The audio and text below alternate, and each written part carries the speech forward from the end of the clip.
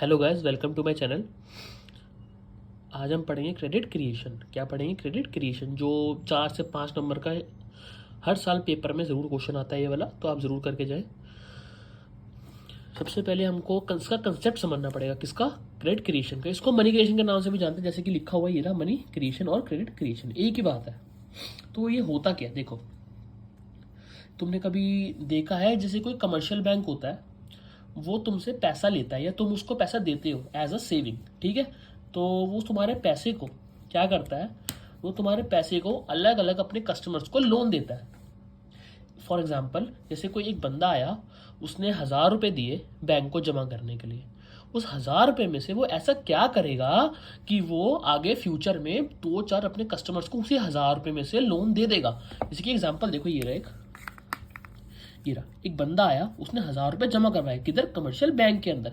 Commercial bank ने ऐसा क्या करा कि वो 1,000 रुपये बनकर 5,000 बन गए और उस 5,000 रुपये उसने अपने कस्टमर्स को बांट दिए उसी 1,000 रुपये में से। इसी को बोलते हैं क्रेडिट क्रिएशन। क्या बोलते हैं? Credit creation. अब थोड़ा सा डीपली बढ़ते हैं। देखो, क्रेडिट क्रिएशन की डेफिनेशन देख लो, हिंदी में भी है, इंग्लिश में भी है। जब कमर्शियल बैंक किसी होल्डर से पैसा उधार लेती है, मतलब कि जब कमर्शियल बैंक या फिर हम अपने कोई भी बैंक में, PNB, HDFC, SBI, axis, Kannada, कोई भी बैंक हो, उसके अंदर हम अगर अपना पैसा डाला एज अ सेविंग, उसी को बोलते हैं एक तरीके से हमने लाइका बोल सकते हैं कि हमने कमर्शियल बैंक के अंदर अपना सेविंग डाली है। कुछ पैसा वो रख लेती है और कुछ पैसा वो इकोनॉमी को लोन देने के लिए रूप में देती है, ये लिखा हुआ। कभी कभार बैंक अपनी कैपेसिटी से ज्यादा लोन दे देता है लोगों को, उसी को बोलते हैं क्रेडिट क्रिएशन। तो अब थोड़ा इंग्लिश में भी पढ़ते हैं। देखो, credit creation is a process of money. एक ये प्रोसेस होता है जो मनी को क्रिएट करता है। Commercial bank are able to create credit, जिस कारण से कोई कमर्शियल बैंक होती है वो उधार देने के लिए तैयार हो जाती है। Which is in for excess of the initial deposit, जो तुम्हारी शुरुआत वाली डिपॉजिट से ज्यादा होती है।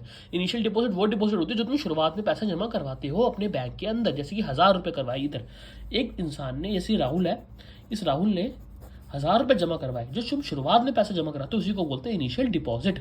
तो यही बोल रहा है वो कि जो क्रेडिट क्रिएशन होता है वो एक प्रोसेस होता है एक मनी क्रिएट करने का। किसके द्वारा? कमर्शियल बैंक के द्वारा। ठीक है, कमर्शियल बैंक के पास पैसा आएगा तभी तो वो उसको और बनाएगी ज्यादा वैल्यू, जिस कारण से वो अपने इनिशियल डिपॉजिट से ज्यादा लोन दे पाएगी। ये होता है। इसके दो असम्पशन जरूर पढ़नी है। ये रही एक, the entire commercial banks is treated as a single unit. जितने भी हमारे पास सारे के सारे बैंक्स हैं, सब के सब सिंगल यूनिट में माने जाएंगे। फॉर एग्जाम्पल, हमारे पास बहुत सारे बैंक्स होते हैं, पीएनबी, एचडीएफसी, एसबीआई, जितने भी हमारे पास कमर्शियल बैंक्स होते हैं वो सब के सब हमने क्या लेने? सिंगल यूनिट लेने हैं। सिंगल यूनिट लेने हैं, सारे के सारे एक ही यूनिट लेने हैं। दूसरी असम्पशन क्या मान के चलनी है हमको? सारे receipts and payments are routed through the bank. जितना भी पैसा आएगा जाएगा सारा का सारा बैंक के थ्रू होगा, कोई भी कैश की ट्रांजैक्शन इंक्लूड नहीं होगी। ये हमको एक ध्यान रखनी है बात। दो असम्पशन मानी गई है, इसी असम्पशन के थ्रू अब हमको एक चीज टेबल इसका सीखना पड़ेगा। एक टर्म और सीखनी पड़ेगी, LRR। क्या सीखा? LRR, legal reserve ratio. ये होता क्या? देखो, आप कमर्शियल बैंक में गए, आपने कुछ पैसा जमा कराया कमर्शियल बैंक के अंदर, तो वो बैंक क्या करती है, कुछ कमर्शियल बैंक वाले क्या करते हैं, अपना LRR एज अ रिजर्व के लिए रख लेते हैं। लीगल रिजर्व रेशो क्या रखते हैं अपने, जैसे आपने 1,000 रुपये जमा करवाया, 1,000 रुपये के हिसाब से कोई भी बैंक होगी उसका LRR 20%, 25%, कुछ भी हो सकता है एज अ रूल। ठीक है, तो उसने 20% मान लो LRR रखा हुआ है एक कमर्शियल बैंक ने, आपने उसको 1,000 रुपये जमा करवाया, तो उसने 1,000 रुपये में से 20% अपने पास रख लिया और बाकी जो पैसा बचा उसका लोन दे दिया। ये उसको बोलते हैं LRR। इसका एक टेबल भी है, वो सीखेंगे। पहले आपको थोड़ी थ्योरी समझ आई, ये रही। इसको आप कॉपी स्क्रीनशॉट मार सकते हो एक बारी। ये आपका थ्योरी हो गई। इसका एक टेबल भी होता है, जैसे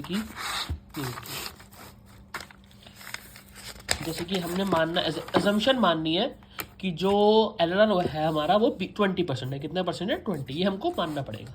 ये एग्जांपल है हमारा सारा। 3 राउंड है, 1, 2 एंड 3। डिपॉजिट है, ये इनिशियल डिपॉजिट होता है जो एक कस्टमर शुरुआत में पैसा डालता है।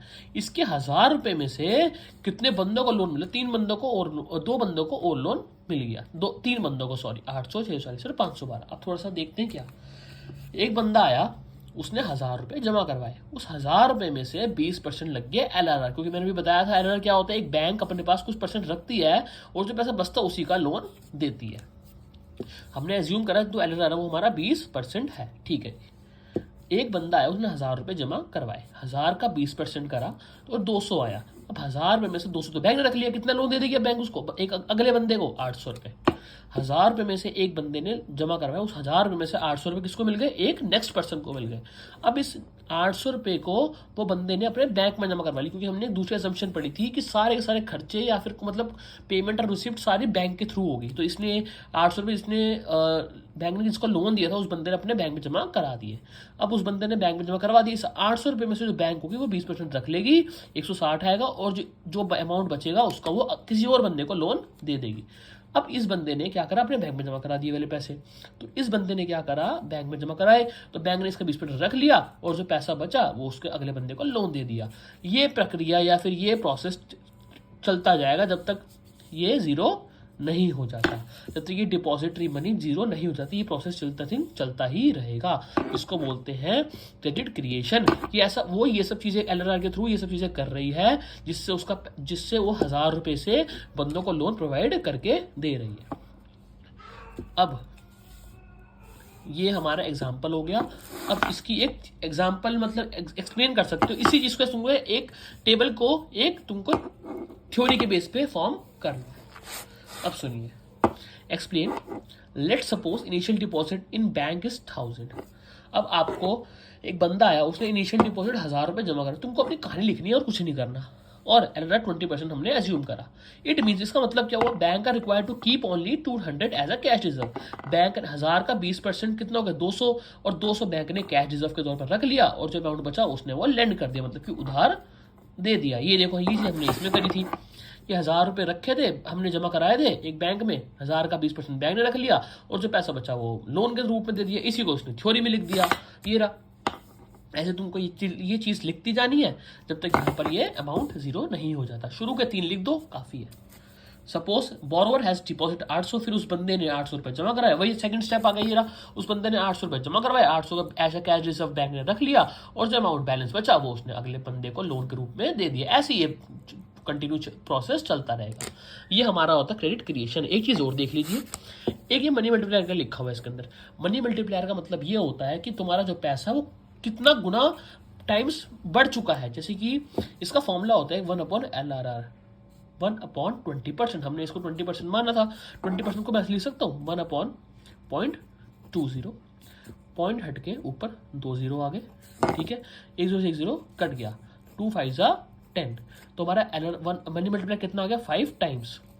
कि हमारे 1000 रुपये में से 5 गुना पैसा गया है लोगों को, तो इसको बोलते हैं मनी मल्टीप्लायर। हमारा पैसा कितनी बारी गुना होकर, कितनी बारी मल्टीप्लाई होकर बंदों के बीच में बटा है, डिस्ट्रीब्यूट हुआ है।